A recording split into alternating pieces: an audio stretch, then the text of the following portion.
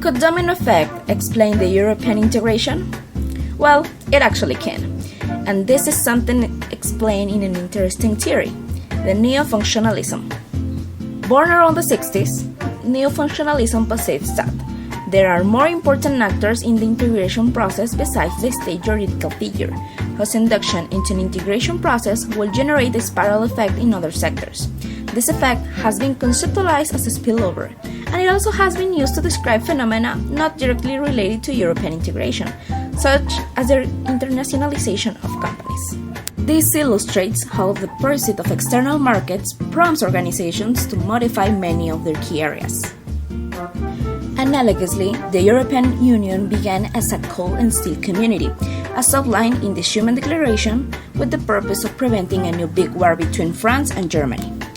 This objective led to the resolution that the best way to regulate state warlike behavior was through material and economic control, which eventually entailed political, social, and technological modifications for the states, even for those who were not formal members of this new organism, as seen in the case of Norway. In Norway, citizens resist and reject integration into the European Union in defense of their sovereignty and lifestyle.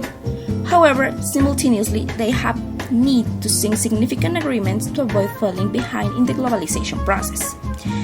This presents a contrasting idea with the realistic theory, another purpose to explain European integration, which is more committed to the political power of states and the prioritization of their own interests, an argument that loses force considering the interdependence generated by this integration.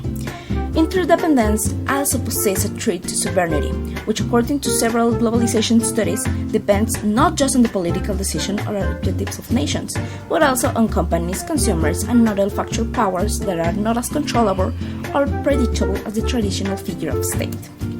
This shift began in the 60s, the same decade when European integration experienced its most significant expansion. In conclusion, despite the fact that the states pursue their own interests and objectives, they have been significantly influenced by other change agents, producing a change of chains that have forced many of the most important decisions of European states, including their integration into an organism not politically supranational, but economically, socially, and technologically supranational, becoming the regional integration not an option but a need, despite the consequences it could imply.